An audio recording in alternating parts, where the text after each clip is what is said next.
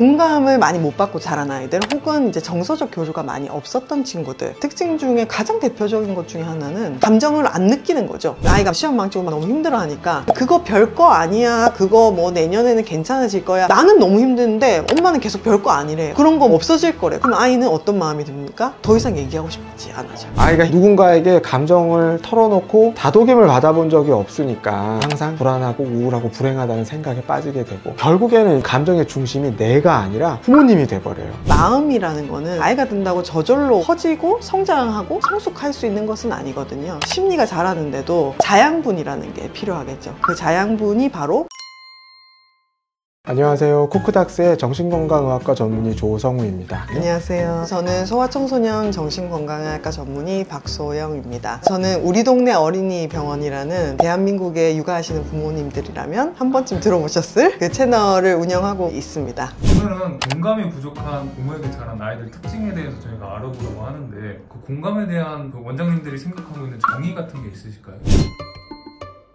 공감이라는 거는 내가 경험한 것이 아닌 것도 다른 사람의 마음을 이해할 수 있는 능력, 그것을 이제 공감 능력이라고 하는데, 많은 분들이 조금 헷갈려 하시는 게 이 동감이랑 공감을 헷갈려 하시는 것 같아요. 동감은 영어로는 sympathy라고 할 수 있는데, 이거는 정서를 같이 느끼는 걸, 다른 사람의 감정을 같이 느끼는 걸 얘기하죠. 그래서 만약에 누군가가 옆에서 울고 있을 때 그 슬픔이 전염돼서 그 사람이 너무 안쓰러워서 같이 눈물이 흐르고 그 마음을 같이 느끼는 건 공감 쪽에 가깝고요. 우리가 얘기하고자 하는 공감이라고 하는 것은 인지적인 능력에 가깝습니다. 그래서 우리가 보통 공감 능력이라고 말을 하잖아요. 말 그대로 이거는 인지 능력 중에 하나인데, 내가 경험해보지 않은 상황 혹은 나와는 완전 다른 사람, 이 상황에 그 사람이 느낄 것 같은 감정을 이해하려고 노력하는 능력을 공감 능력이라고 하는 거죠. 제 생각도 비슷한데, 저가 아이를 키우다 보니까 아이가 다리가 다쳐가지고 피가 나니까 제가 되게 마음이 아프더라고요. 아이 키우면서 처음 느껴본 건데, 사실 원래 그런 느낌을 잘 갖는 사람이 아닌데, 그런 게 공감이죠. 근데 이제 공감이라는 건 아이가 어떠한 상황에서, 저희가 아이가 뭐죠, 얼마 전에 사고를 쳤는데 얘가 그렇게 한 거에는 그럴 만한 이유가 있었겠구나, 얘기를 다 들어보고 이런 상황이었고 얘가 이래서 이랬구나를 이해하는 그 과정 자체가 공감이라고 생각을 합니다. 그러면 아이와 부모 관계에서 공감이 중요한 이유가 뭘까요? 사실은 넓게 생각하면 아이가 겪는 모든 것들이 제일 처음이 바로 부모이잖아요. 그래서 공감뿐만 아니라 모든 것이 사실은 중요하겠죠. 근데 그 중에서도 우리가 오늘 얘기하고자 하는 것이 이제 공감 능력인데, 부모가 아닌 누군가가 먹을 것만 줘도 키는 저절로 클 수가 있잖아요. 그리고 몸집도 커질 수가 있는 건데, 사실 이 마음이라는 거는 그냥 아이가 1살이 된다고 2살이 된다고 그냥 나이가 든다고 저절로 커지고 성숙할 수 있는 것은 아니거든요. 이 마음과 정서, 심리가 자라는데도 자양분이라는 게 필요하겠죠. 그 자양분이 바로 부모가 아이에게 주는 정서적인 공감이 될 것이고, 부모하고 관계에서 겪는 정서적 교류, 그 안에서 다양한 애정적인 것들, 부모와 자녀 사이에서의 이 공감이 그만큼 중요하다고 저는 생각을 합니다. 그러면 원장님 두 분께서는 아이들을 많이 보실 거 아니에요? 그랬을 때 이제 공감이 부족한 부모에게 자란 아이들의 특징 같은 것들이 있을까요?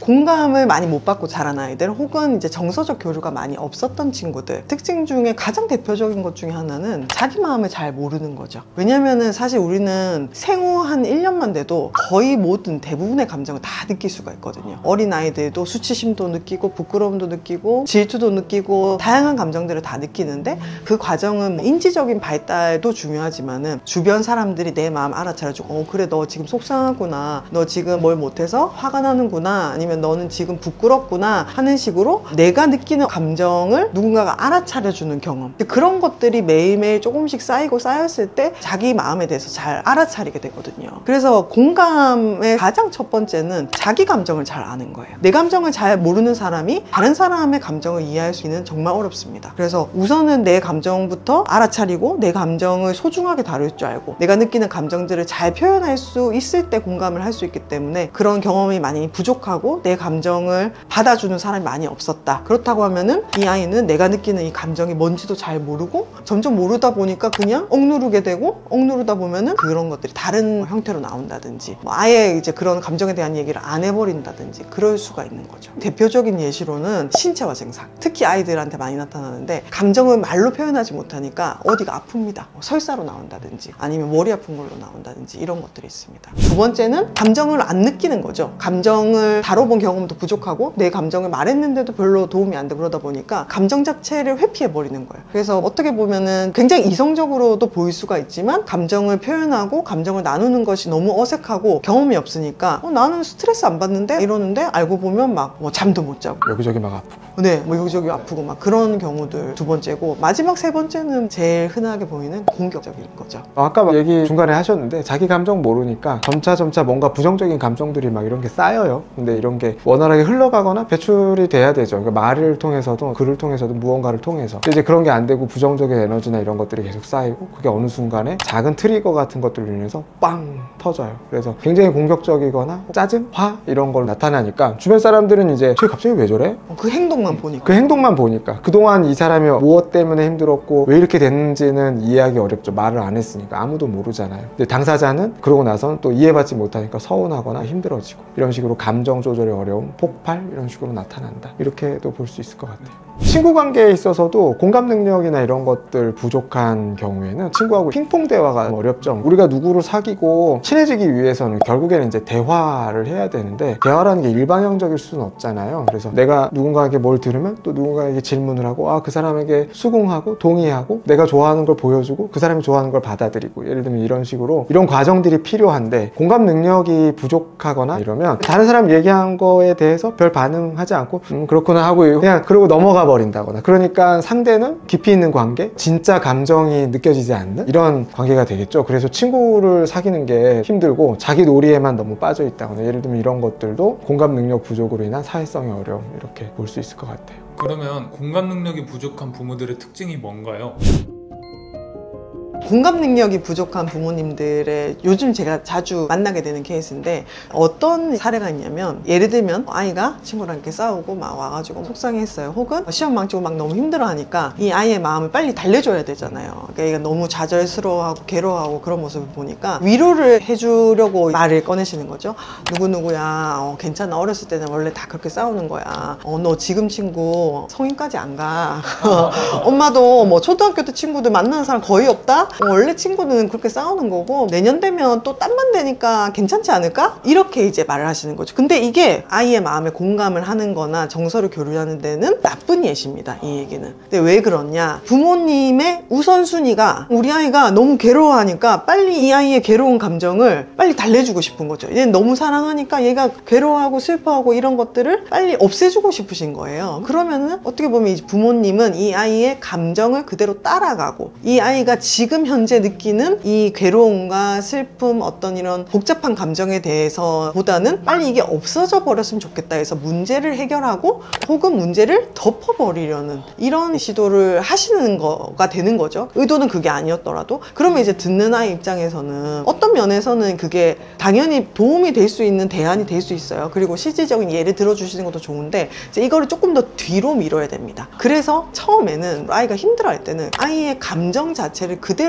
받아들여 주셔야 돼요. 그거 별거 아니야, 그거 뭐 내년에는 괜찮아질 거야 말하는 자체가 우리 아이의 마음을, 지금 느끼고 있는 그 감정 자체를 축소화시키는 거죠. 나는 너무 힘든데 엄마는 계속 별거 아니래요. 그런 거 뭐 없어질 거래. 그러면은 내가 공감받고 있다고 못 느끼죠. 나는 지금 너무 힘든데 왜 내가 힘든 걸 몰라주는 거야, 이런 생각이 드니까, 그럼 아이는 어떤 마음이 듭니까? 더 이상 얘기하고 싶지 않아져. 그래서 우선은 문제를 해결하고 이 감정을 없애기보다는 이 아이가 느끼는 그 감정을 오롯이 좀 받아내주는 거, 그게 항상 우선이 돼야 됩니다. 그래야 이 아이가 내가 느끼는 감정을 우리 엄마가, 우리 아빠가 중요하게 생각하고 있구나, 우리 엄마 아빠가 내가 얼마나 힘든지 알고 있구나, 그리고 내가 느끼는 이 감정이 잘못된 게 아니구나. 막 해결하려고 하면 이 감정 자체가 잘못된 거라서 없애버려야 된다는 그런 느낌이 들거든요. 그래서 문제 해결을 뒤로 밀어도 된다, 이 말씀을 드리고 싶어요. 주로 아빠들이 많이 하는 행동인데, 아이가 힘들거나 무언가를 잘 못하고 있어요. 그랬을 때 힘든 거에 대해서 다독여 끄덕여주거나 들어주거나 하는 것보다는 야, 고등학생이면 그 정도는 할 줄 알아야지, 이겨낼 줄 알아야지. 저도 이제 아빠이고 사회생활을 하다 보니까 저도 그럴 때가 가끔씩은 있지만 바깥에서 활동하는 그런 기준을 가지고 아이에게 그대로 적용을 하는 거죠. 야, 그게 뭐가 힘들어. 사회에 나가면 너 어른 되면 그런 거 아무것도 아니야. 아빠 어렸을 땐 이런 것보다 훨씬 더 없이 살았고 훨씬 더 힘들었어. 이런 식으로 대하게 된다는 거죠. 그랬을 때 아이들이 이해받지 못한다고 느끼고 더 이상 말하고 싶지 않으니까 입을 닫거나 아무 일도 없었던 것처럼 행동을 하게 되는 것 같아요. 그래서 괜찮다, 괜찮다, 모든 문제 다 사라졌다, 뭐 이런 식으로 그냥 축소화한다거나.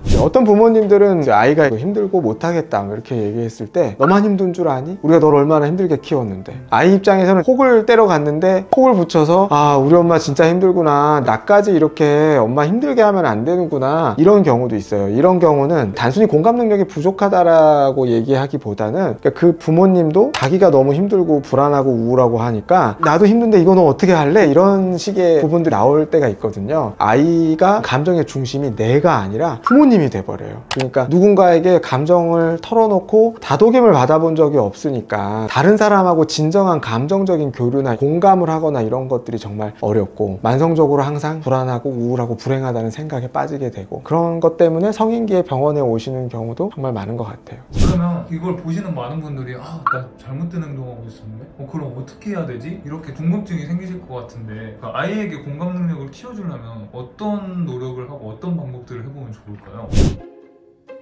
공감 능력을 키워주는 것에는 특별한 다른 방법이 필요하다고 저는 생각은 하지 않아요. 그러니까 우리가 오늘 얘기했던 것들이 공감이라는 주제로 얘기를 하고 있지만 결국에는 부모하고 얼마나 질적으로 좋은 상호작용, 얼마나 질적으로 좋은 감정의 교류를 하고 있느냐에 대한 내용이기 때문에 우선은 공감을 잘 키워주기 위해서는 부모님이 마음이 편안할 때 당연히 부모의 역할을 더 잘 수행할 수 있고, 부모의 역할 중에는 잘 먹이고 잘 재우는 것도 있지만 우리 아이의 감정을 받아내주는 거, 다는 표현이 되게 마음에 들었는데, 우리 아이의 마음을 그대로 좀 들여다봐주고 품어주는 그런 역할을 부모가 해야 되는 거거든요. 그래서 저는 그런 표현을 자주 쓰는데, 부모는 크고 단단한 그릇이 돼줘야 된다, 이런 말씀 많이 드려요. 그래서 아이들이 성인기까지 커가는 과정에서 감정이 계속 오르락 내리락 하잖아요. 그리고 아이들이 감정을 다양하게 느끼지만 그 감정을 조절하는 법은 처음부터 알지 못하기 때문에 부모가 아이의 이 들쑥날쑥한 감정을 커다랗고 안전한 그릇 안에서 담아내줘야 되는 역할을 하는 거죠. 그래서 감정을 담아낸다는 거는 사실 여러 가지가 있는데, 아이들이 감정적으로 들쑥날쑥 할 때 그 감정에 같이 휩싸이지 않아야 담아내는 게 되겠죠. 우리는 성인이고 이 아이를 보듬어주는 존재이기 때문에 같이 짜증내는 게 아니라 이 아이가 왜 그런지를 한번 생각해 보는 거죠. 근데 그걸 사실은 신생아 때는 모든 부모들이 본능적으로 하세요. 그래서 아이가 말을 못하니까 머리부터 발끝까지 막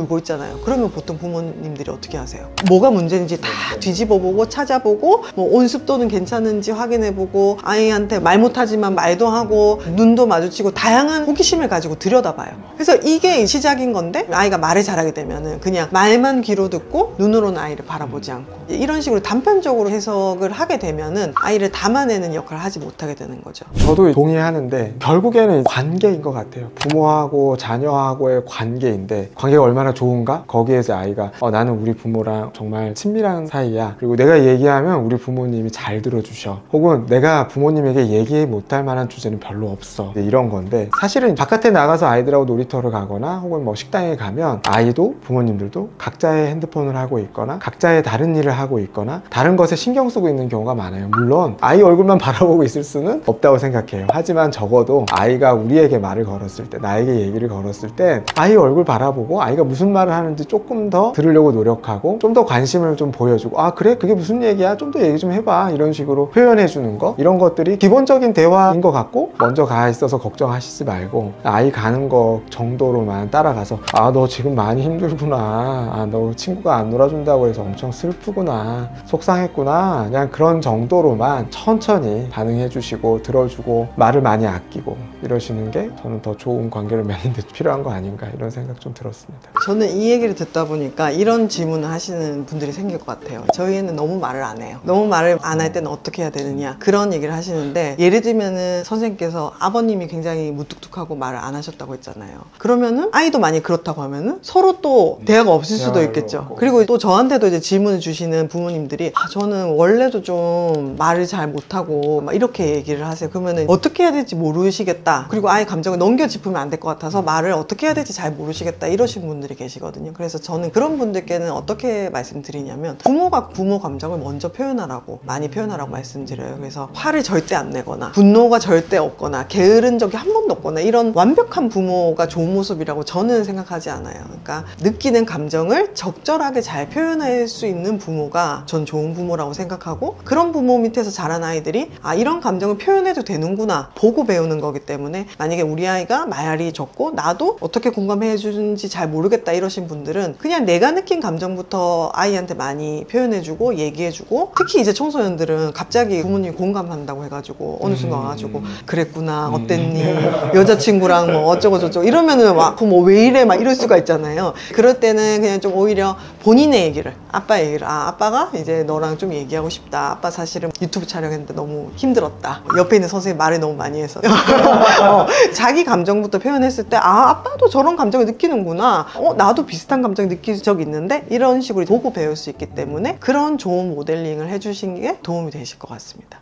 오늘 말씀해주신 내용들이 앞에 책과도 관련된 건가요? 저희가 오늘 얘기한 거에 엑기스가 여기 안에 들어가 있다. 제목은 와 다르단 걸 이젠 알아, 내 맘 내 맘입니다. 저희가 소아정신과 의사로서 많은 아이들과 또 부모님들을 만나는데, 요즘 부모님들이 가장 많이 생각하시는 것 중에 하나가 우리 아이의 마음 발달이잖아요. 그래서 마음 발달 중에서도 타인과 살아갈 때 제일 중요한 능력 중에 하나인 공감 능력에 대한 고민들이 굉장히 많으십니다. 사실 부모님 세대에는 이런 공감 능력이나 마음에 대한 공부나 학습을 배워보신 적은 없으시잖아요. 그러니까 막막하신 분들이 계셔가지고 저희가 이번에 아이를 위한 동화책이면서 또 동시에 부모님들이 같이 보실 수 있는 우리 아이 마음이 어떤 식으로 움직이는지에 대한 내용을 담은 책을 내게 됐습니다. 그래서 아이를 위한 동화도 들어있고요, 그 다음에 부모님을 위한 설명 줄글도 들어있습니다. 그리고 부모님과 아이가 함께 마음을 나눌 수 있는 카드, 워크북 이런 것들도 같이 들어가 있습니다. 그래서 부모와 아이의 마음 발달을 위해서 정말 모든 핵심을 다 담았다, 이렇게 말씀드릴 수 있을 것 같아요. 근데 사실은 이게 되게 짧잖아요.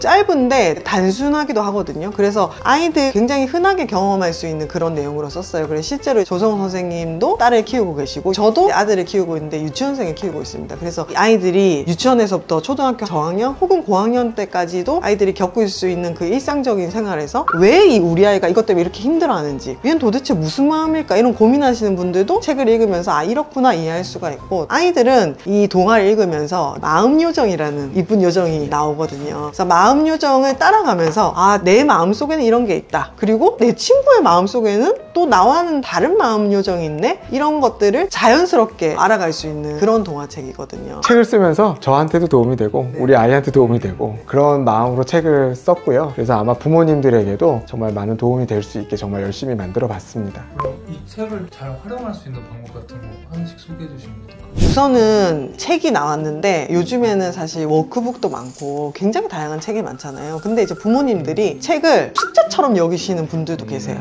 저는 처음으로는 말씀드리고 싶은 게, 그냥 같이 재밌게 읽었으면 좋겠어요. 우리 아이랑 같이 읽으면서 엄마도 같이 느껴보고 아이도 같이 느껴보고, 오늘 읽어보고 또 내일도 읽어보고 또 매일 다를 수도 있거든요. 그리고 여기 나오는 마음 요정을 이용해서 엄마 마음 요정 얘기도 하고 아빠 마음 요정 얘기도 하고 또 우리 아이 마음 요정 얘기도 하면서, 그냥 이 책을 되게 편하게 먼저 접했으면 좋겠다는 그런 바람이 있습니다. 이 책 안에요, 직접 이렇게 가위로 오리셔야 되긴 하지만 이렇게 여러 가지 감정카드 같은 것들이 있어요. 너무 귀여워요. 실제로 제가 진료실에서 감정카드 같은 것들 이용해 보시라고 얘기를 하면 그게 뭔가요? 어떤 거를 해야 되나요? 그러다 보니까 저희가 이번 책을 준비하면서 이런 것들도 좀 직접 만들어 봤고, 이런 걸 가지고 아이하고 책을 읽고 나서 느끼는 감정? 이런 것들에 대해서 얘기 나눠볼 수도 있고, 일상생활에서도 유치원에서 있었던 일 혹은 집에서 그래서 동생하고 있었던 일 이런 것들에 대해서도 감정카드 같은 것들을 이용해서 부모님하고 자기의 마음에 대해서 좀 얘기 나눠볼 수 있는 기회를 좀 더 많이 만들어 보실 수 있을 것 같습니다. 실제로 제가 이 카드를 가지고 저희 아들이랑 해봤거든요. 카드를 가지고 얘기하니까 막 골라가지고 재밌어 하면서 나 그때 이랬어 하면서 얘기하더라고요. 그래서 평상시에 또 얘기를 안 했던 것들을 아이가 기억해서 말해주니까 재밌고 흥미로웠어요. 그래서 저 같은 경우는 이걸 코팅해가지고 자주 쓰려고 합니다. 카드가 없으면 아이들이 자기 감정을 얘기하는 게 어려울 수도 있어요. 일종의 가이드의 역할을 해주는 거기도 하죠. 아이가 머뭇머뭇하거나 자기 기분이나 혹은 상황을 얘기하기가 어려울 때 부모님이 막 이렇게 속사포 랩처럼 쏟아낼 수는 없잖아요. 너 화가 나니 짜증나니 아니면 배고파서 그러니 심심하니 외롭니 슬프니 막 이럴 수는 없잖아요. 이런 도구 같은 것들을 이용해서 조금 더 편안하고 친숙하게 감정 같은 것들을 나눌 수 있기 때문에 감정카드 이용하는 게 중요합니다. 카드에 나와 있는 것들도 대표적인 감정들을 넣어놨는데 이거를 가지고 먼저 시작을 하시면은 그 다음 대화들이 훨씬 쉬워지는 거죠. 그러면 이런 책도 요즘에는 다양한 것들이 많잖아요. 이 책에 특별한 점 같은 게 있을까요? 이 책의 가장 특별한 점은 공감 능력이라는 우리 마음에서 가장 중요한 능력 중에 하나, 공감 능력을 정신의학적으로 풀어낸 거라고 할 수가 있겠죠. 그래서 여기에 나오는 마음 이론이라는 이론이 있습니다. 그 마음 이론이라는 것은 한 사람의 마음이 어떻게 작동하는지에 대한 이론이에요. 그래서 모든 공감 능력과 사회성의 기초가 되는 이론인데 그것에 대한 이해를 부모님이 하실 수가 있고 아이도 어렴풋하게 감정적으로 내 마음과 다른 사람의 마음이 다를 수 있다는 그것을 이해할 수 있는 포인트가 있다는 것이 이 책의 가장 큰 차별점이 아닐까 싶습니다. 근데 저희가 내 맘 이전에 내 몸도 있었다는 걸 알아주셨으면 좋겠고 이거는 3살부터 시작하는 우리 아이 첫 성교육 만화입니다. 이 책과 이 책을 같이 세트로 구매하실 수도 있으니까 네. 한번 고려해 주시고 우리 아이 마음이 어떻게 발달하는지 궁금하신 분 또 말하지 않는 우리 아이의 마음 어떨지 궁금하신 분 그런 부모님들에게 추천드리는 책입니다. 다르단 걸 이제 알아 내 맘 많이 사랑해 주세요. 네. 쿠쿠닥스 채널은 제가 정말 즐겨보는 채널이고 선생님들 세 분도 제가 굉장히 이제 좋아하고 또 존경하는 저희 동료이자 선배 의사 선생님들이세요. 그래서 오늘 이렇게 쿠쿠닥스에서 여러분들 뵙게 돼서 너무너무 반갑고요. 그 다음에 또 육아에 대해서 더 궁금한 점이 있으시거나 그러시면은 우리 동네 어린이병원 또 채널 찾아주시면 감사하겠습니다. 이번 영상이 도움이 되셨다면 구독과 좋아요 눌러주십시오. 또 주변에 아이의 마음을 몰라서 힘들어하시는 부모님이 있다면 해당 영상을 공유해 주시면 더 많은 도움이 될 것 같습니다. 다음에 더 좋은 영상으로 찾아오겠습니다. 감사합니다. 안녕.